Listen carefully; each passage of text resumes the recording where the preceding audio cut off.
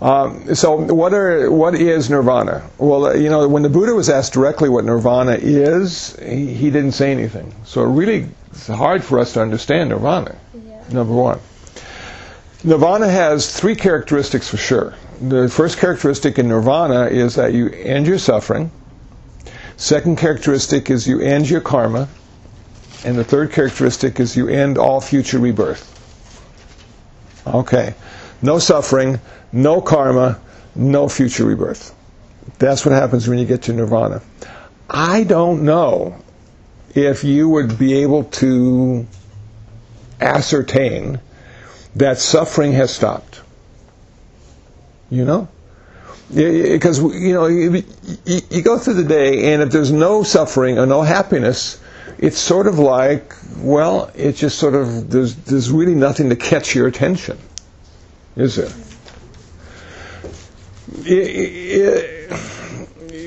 The idea of no karma is just fascinating to me, because what that means is that if karma is the very thing that migrates lifetime to lifetime, and there is no karma, then there can be no future rebirth.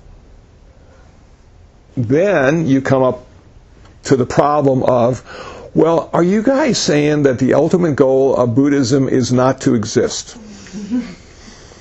And why would anybody go on the bandwagon for that? What does it mean? And so this is what I've come to understand. This is my own personal interpretation of all this stuff. That when you achieve nirvana, it's realized and not created, so it doesn't have to end. And then when you die, you exist because of your nirvana and not because of birth or death. Because after death, we have a way of existing until we get to the next lifetime. Before birth, we have a way of existing because of the past lifetimes that have led to this lifetime. But they've all been connected to life and death.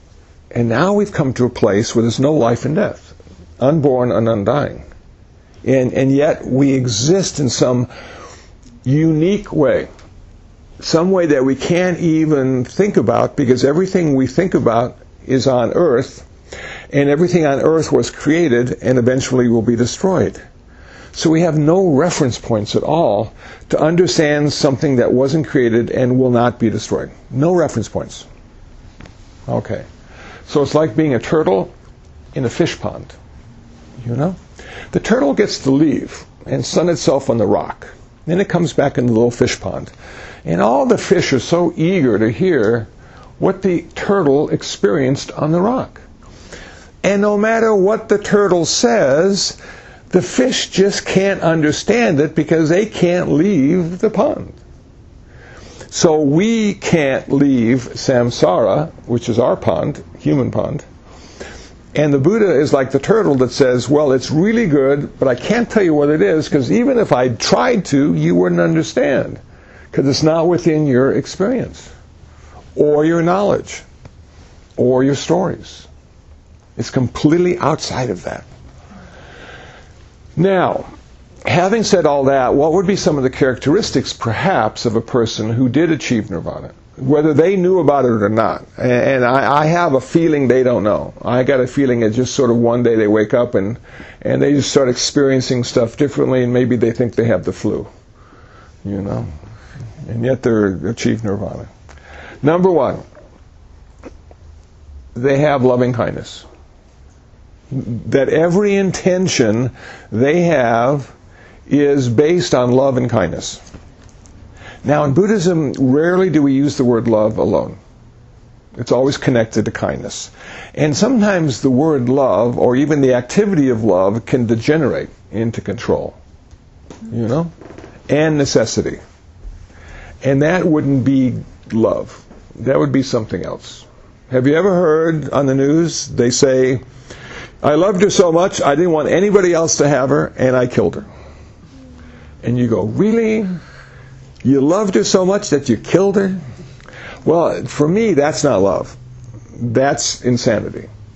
Okay, so Buddhism says you got to have love with kindness, because kindness tempers love. Kindness makes love a good thing all the time. It never gets to be a control issue. Okay? So the intention, the thought pattern, is rooted in love and kindness. Now we come to activity. The activity of an enlightened person is always compassionate activity. And what is compassionate activity? That's an intention that manifests as activity. The intention of loving kindness, intention is in the mind, manifests as compassion and activity, and that activity always reduces suffering, never increases suffering. So compassion and activity is not sitting there thinking you're going to do good things. Compassion and activity is going out into the world, doing good things, and the reason they're good is because they reduce suffering. You like that one? So that's 2 down. Can you hit it one more time? Oh, okay, one more time. Oh, compassion? That's what you just said. It's hard for me to say it twice. Compassion and activity always reduces suffering. It's based on the intention of loving kindness. So if somebody says they love you and their activity creates suffering in your life, that's not love. And that's not compassion. That is a whole different issue. Number 3, the enlightened person always has sympathetic joy. So what does that mean, sympathetic joy? That means the enlightened person no longer has his own happiness. The enlightened person finds his or her happiness in the happiness of others. The enlightened person no longer has his or her own success. They have their success when it's found in the success of others. Sympathetic joy. See how that works? Now, the fourth one is equanimity. Perfect balance of mind. The enlightened person never picks sides. One side is never better than the other side. It's always in the middle. That sounds like a cop-out sometimes because we pick sides because we have come to the conclusion that one side is better, but there is no better or worse when it comes to the enlightened person. It just is. And if there's more suffering on this side than that suffering than this side, then they go for helping the one who's suffering more. Okay? So they're always active, but they're active because of their environment and their interconnection to others. It's not self-focused. And that can be a problem because sometimes you get so unfocused about yourself that your life falls apart. You know, you don't eat as much as you should, you give all your money away because everybody needs money. You invite 100 cats instead of 10 cats, and you just and your life stops because you missed something. You only had compassion. You didn't have wisdom. So Buddhism has 2 wings: compassion and wisdom, and they work off each other. So that's what I think about Nirvana. Is that good? Okay, sorry to follow up with that. Then, Yes, yeah. Because the last part of that was with the bodhisattvas, then wouldn't they know that they've attained nirvana to make the choice to come back with those who haven't? Oh, good point. Okay, the bodhisattva is a concept that started with the Mahayana, not in the Theravada, early Buddhism. Reverend Shanti is Theravada. It is a completely different kind of Buddhism. You have Catholicism and then you have the Protestants. And they're both Christians, but they're unique in the way they perceive their Christianity. And Mahayana and Theravada are both Buddhist, but they are different in the way they perceive their Buddhism. So, Theravada, early Buddhism, it's all about nirvana. It's all about being an arahant. It's not about being a bodhisattva. An arahant is someone who has achieved the status of a Buddha without being a Buddha. And the reason the Buddha is unique is because he didn't have a teacher. He self-realized the path and the goal. And then for 45 years he taught how to do it, and then people who listened to his teachings achieved the same level of nirvana that he did, but because they listened to the teachings, they aren't a Buddha. They're an arahant. Okay? Now, Mahayana Buddhism, sort of like the Protestants, came up.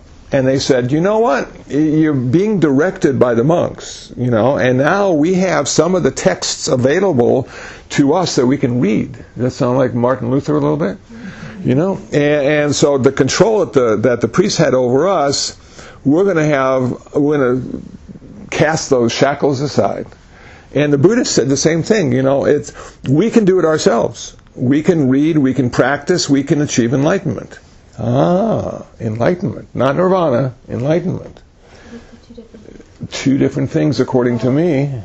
Okay. So that's different. So let me tell you, nirvana is the end of suffering, the end of karma, the end of all future rebirth. Enlightenment is the direct experience of the interconnectedness and interdependence of all phenomena.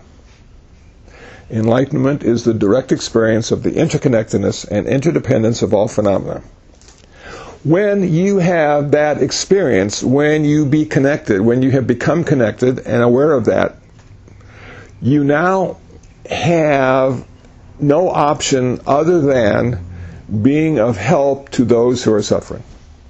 Because they have literally become part of you. So now, in the Mahayana and the Bodhisattva ideal, you postpone your nirvana. You say, even if I'm getting close, I'm not going to realize it or accept it until all others have accepted their nirvana. Once everyone else has been saved, I will then accept my nirvana, Bodhisattva. So how long do you think that's going to take? Forever. They're never going to achieve nirvana. They're always going to be enlightened and helping others. Because Buddhism has been on earth for 2,600 years. Do we have less suffering now or more suffering? More suffering. We even have internet. We can suffer virtually. So it's sort of one of those things that you just go, this is going to be forever. So the goal becomes meaningless then. It's the process that becomes the most important. Insight after insight in that corner, right? Okay, so back when we were first talking about nirvana, you were saying that. Okay, wait. So someone who has achieved it will come back and do the love, kindness, compassion activity, all these things. No. Someone who has achieved nirvana doesn't come back. All future rebirths have come to a stop. You'll never see them again. Okay, so I'm in nirvana right now, but I still live for tomorrow? Yes, if you're in nirvana right now, you will live out your life. And once you die, you'll be gone. She's still on earth. Now, as a bodhisattva, if you're enlightened, you take a vow to be reborn as many times as it takes to achieve nirvana for all the other people, all the other humans. Then you accept your nirvana. So the bodhisattva comes back lifetime after lifetime and does all that stuff. The arahant, the one who has achieved nirvana, at the end of this lifetime, never see him again. Gone. Okay, but now, yes. So, again, I achieve it today, right? You achieve it today. But then... You're talking about my description, the loving kindness, compassion, sympathetic joy, equanimity? Yes. I think those are some of the characteristics that will define you as an arahant. It won't be intentional. It'll be the only way you can be. Okay, but then can you lose? Can you until you die. Can you lose? Okay, nirvana? Can you lose nirvana? No. Yeah. No. But you can lose enlightenment. Enlightenment happens sometimes just momentarily, and it's like a curtain pulling aside, and you see something, and you go, whoa, cool. But you never see it again. Mm-hmm. Sometimes you even question whether you saw it in the first place. But then there are longer kinds of enlightenment that happens maybe, like a day or 2 days or a week, that really has a way of affecting you and changing you. And I think back in the 60s and 70s when people were doing like LSD and psychedelics and, off the launch pad, and they were going to try to change the way they perceive the world. What happened, it happened too fast. Like one night in this period of 6 hours, they had like 12 enlightenment experiences. Okay. And then they wake up the next day and they can't remember any of them. None of that's going to be integrated into how they're going to live today or tomorrow. It was just like a fantastic experience, and now it's gone forever. Meditation, on the other hand, is slow and methodical and eventually changes you moment by moment, and it doesn't necessarily go away. But people who are enlightened don't stay at the same level of enlightenment. Sometimes they go back a little bit, sometimes they go ahead a little bit, and it doesn't end their suffering. They're still suffering like everybody else. But what they've seen is the ultimate reality that Buddhism has to offer. And the ultimate reality in Buddhism is not God. It is the interconnectedness and interdependence of all phenomena. That's the ultimate reality in Buddhism. The relative reality in Buddhism is we are all separate, we are all independent, we are all intellectual, we are all dualistic. That's the relative reality where we live 99.9% of the time. But the ultimate reality is available to us, and it will change our relative reality if we experience it enough. So the idea in this meditation practice, and Buddhism in particular, is to learn how to dance between the relative and the ultimate. To know what's appropriate, not get caught in category error. Somebody asks you where Pacoima is, you don't tell them about the universe. That's category error. So it's an interesting dance, and some of the best teachers we have in America and in the world are dancing really well. They're able to share their understanding with people who are interested and give them a glimpse of an ultimate reality that everybody has access to. And so then you go, whoa. So what happens when you have that first experience? Well, the problem with having that first experience is that nobody is going to understand what you went through. You're going to question it. It's never going to happen again. Never going to happen again. You can chase it for 2 years, and it's going to be different. Why is that? Buddhism says everything in our life only happens once. Isn't that a bummer? That everything only happens once. Some things look familiar. Some things look like they might have happened before, but in a slightly different way. So every time we have a spiritual experience, it's only once. And the idea then is to integrate that into your relative reality. To use that as a reference point. And kindness, compassion, sympathetic joy, those are wonderful reference points to have. To see how that experience is shaping you. And if you think that you're enlightened, again, the direct experience of the interconnectedness and interdependence of all phenomena, what does that mean? I think I've had that experience, and if you're still a jerk, you probably haven't had it. It hasn't changed anything, So, does that make sense? We have these two distinct ways of looking at Buddhism. Theravada, Mahayana, Arhat, Bodhisattva, Nirvana, Enlightenment. Okay. It's like very confusing. Okay, but I have another question, which it is sort of confusing. You might have been explaining, but it's the Bodhisattva that decides to come back. Yes. For like the next life. Takes a vow. Okay, but I thought maybe I wasn't understanding. I thought you said that you. Okay, how do I say this? So a Bodhisattva takes the vow to like come back. Until everybody has been saved. Everybody? And then... Everybody. And then you said Even that you. if they were to know or think that they achieved... Yes. Then you don't think that they've achieved it. Right. So then, how do those... Well, there's really no point in thinking that you've achieved it. Because Buddhism is not about being somebody, it's about doing something. And everybody wants to be something, And what does it mean to be something? If it's not played out in what you do. So Buddhism focuses on what are you doing? Not who you think you are. Because Buddhism has just annihilated any concept of self, saying you're completely deluded. You don't exist in the way you think you do. You are a process. You are not an event. You know, and so to say I am an event, I am a bodhisattva, I have become something, it just reeks with, delusion. The guy needs to go and work at McDonald's for a while, get back to reality a little bit, Now, if the guy is going out and feeding the hungry and finding homes for the homeless, and you could just say those are bodhisattva activities.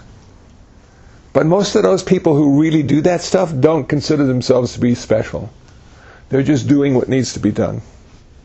See? They don't label themselves as, really good and compassionate people. They're just, we might label them. And so that's when you start to see the delusion, the self-delusion, when people start creating themselves in the way they think they exist. So then how does a bodhisattva decide that they're going to keep going if they're not who they think they are? Yeah. Because people keep suffering. They're going after the suffering. They're not going after the people. See, they're not trying to make the people's lives any better. They're just trying to reduce the suffering in the people's lives. Now that sounds really weird, I know, but we haven't talked about what suffering is. Okay. So what is suffering? Okay. The best definition of suffering that I've ever heard came from a 7th grader named Esmeralda in Glendale, California, as I was giving a talk in her history class. And at the end of my talk, she raised her hand and said, Reverend Kusala, I now understand what suffering is. Suffering is when you want things to be different than they are. Wow. Okay. So what does that mean? That suffering does not exist in the world. We can't see it. We can't smell it. We can't taste it or touch it. It has no shape or form. Suffering is an internal reality. Suffering is a wanting, a desire, a clinging to some concept of how it could be, and it's not. So we go and these people are clinging to eating lunch. They're hungry. They haven't eaten in 3 days. All they want is some food. That's how it should be. Every human should have access to food. And they don't. A lot of humans starve and die. So the Bodhisattva says, okay, that person thinks they should have access to food. I'm going to reduce their suffering by giving them food. Now there's another person a mile down the road who's at a meditation center who's doing a 20-day fast. The Bodhisattva is not going to go give that person food because that person is fasting. The person who's starving, both of them don't have food. They haven't had food for 10 days. The person that's starving thinks it should be different than it is, and the Bodhisattva goes after that suffering. Does that make sense at all? Can you see the difference between fasting and starving? It's the same thing, absolutely. But one person is doing it because it's the right thing to do. They're going to gain something from fasting. The other person is starving and has nothing to gain except pain and suffering. So the Bodhisattva goes after the suffering. This stuff is really difficult to understand because it's so contrary to what most people think. It's so contrary. It's just the opposite. And it took me years and years to even be able to talk about it. And before I talked about it, I had to understand it. And that took years as well. And then as I oversimplify some of these very complicated concepts, people just look at me and they're just like completely lost because it's the first time their ears have ever vibrated in that way. Those are the first time those words have been put together that way to try to convey a different kind of personal experience. Never heard it before. How can it be true? I don't know. I guess I should read some more, maybe do some meditation, see what the Buddha said, see if I can find that in my own life. Maybe it is true, maybe it's not true.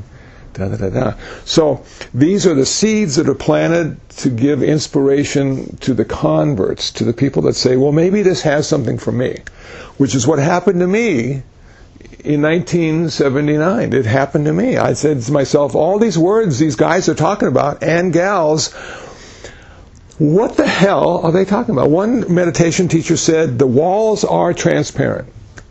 And I'm going, whoa. Can he see through those walls? I want to be able to do that. And what he was really saying, the concept of a wall is transparent. But see, I couldn't hear that. I just looked at the wall and said, I can't see through it. This guy's got some magic going on. So it's a way of evolving, personal evolution, and allowing you to experience the world in a unique way. Not the right way or wrong way, but just a unique way. And then maybe ultimately it becomes your way, the way you experience the world. And now you find that you don't fit in everywhere like you used to, because you have a different experience from all your friends and family, and you have to keep your mouth closed because you don't want them to feel sorry for you or think that something happened to you and you need to go in for intervention. And then you start finding around the neighborhood or around your work experience or school experience other people that have had similar experiences and look at it in a similar way. And you go, whoa, I'm not the only one. This can be a shared experience. And the basis of the shared experience is doing some of these Buddhist technologies like meditation or chanting. And it helps me have that experience. Now, can you ever go back? You can't. You're stuck. Can't go back. You can't go back to thinking Santa Claus really existed. George Washington didn't cut down the cherry tree. You can't go back, and you're saying, oh man, I'm stuck now. I can't go back to how I used to be and with those really comfortable thoughts of how it was, and I was so warm and cozy with my cup of tea, watching Netflix, and I can't go back there anymore. I don't find that to be as satisfying as reality. And so the only thing you can do is go forward. Because you can't stop, you see. You can't stop because everything keeps changing. You're in that process now. You can't stop, you can't go back, you can only go forward. So it takes courage to have a spiritual life. No matter what it is. It takes courage because not everybody's going to be on board. Not everybody's going to understand, and you may not understand, and yet forced to make that next step, and that next step, and that next step. Either with faith or confidence that it's going to lead you to a better place, or a place with less suffering, or a place with more, intuition.